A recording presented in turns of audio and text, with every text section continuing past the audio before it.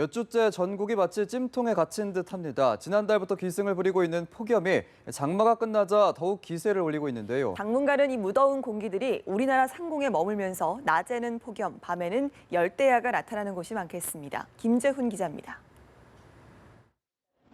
한반도가 그야말로 펄펄 끓고 있습니다. 지난달부터 시작된 폭염은 수그러들 줄 모르고 연일 기세를 올리고 있습니다. 기상청에 따르면 지난달 전국 평균 폭염 발생 일수는 5.5일로 평년 3.9일을 크게 웃돌았습니다. 이는 본격 무더위가 시작되는 8월과 비슷한 수준으로 지난달부터 이미 한여름 폭염이 기승을 부린 것입니다.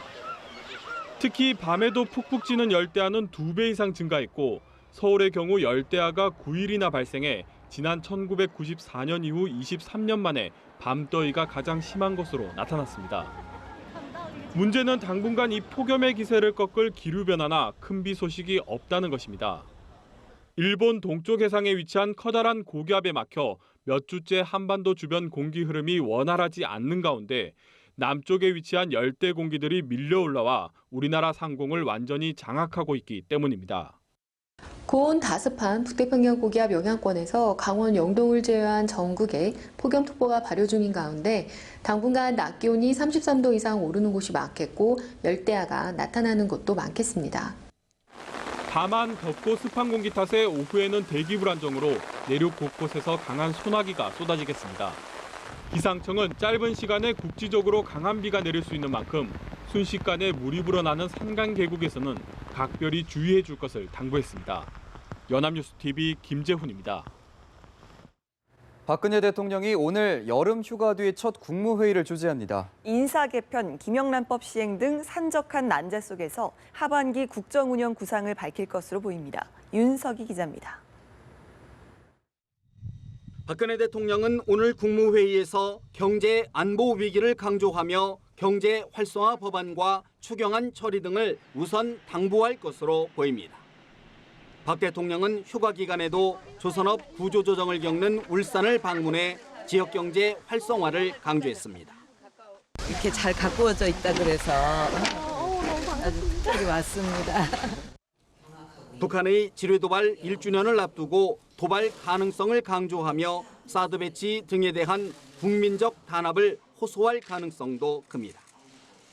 부정 청탁 및 금품 수수 금지에 관한 법률, 일명 김영란법과 관련한 언급이 나올지도 주목됩니다.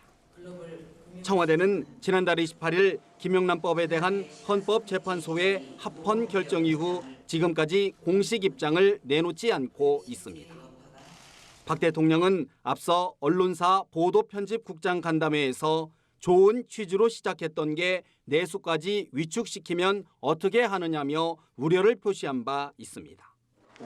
박 대통령이 예고한 8.15 광복절 특사의 방향과 범위에 대한 언급이 있을지도 관심입니다. 정치권은 특히 개각 여부 등에 대한 박 대통령의 구상에 촉각을 곤두세우고 있습니다.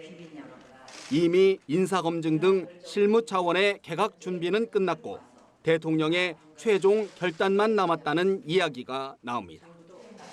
우병우 수석의 거취에 대해선 특별감찰관의 감찰이 진행 중인 만큼 박 대통령의 직접적인 언급은 없을 것이란 전망이 지배적입니다. 연합뉴스TV 윤석입니다. 국회의원들이 지역구 민원을 예산에 끼워 넣는 행위를 지칭하는 이른바 쪽지 예산은 일명 김영란법상의 부정청탁이 아니라는 유권 해석이 내려졌습니다. 김영란법 소관기구인 국민권익위원회는 어제 예산 심의와 편성의 문제는 김영란법에서 금지하는 부정청탁 행위에 포함되지 않는다고 밝혔습니다.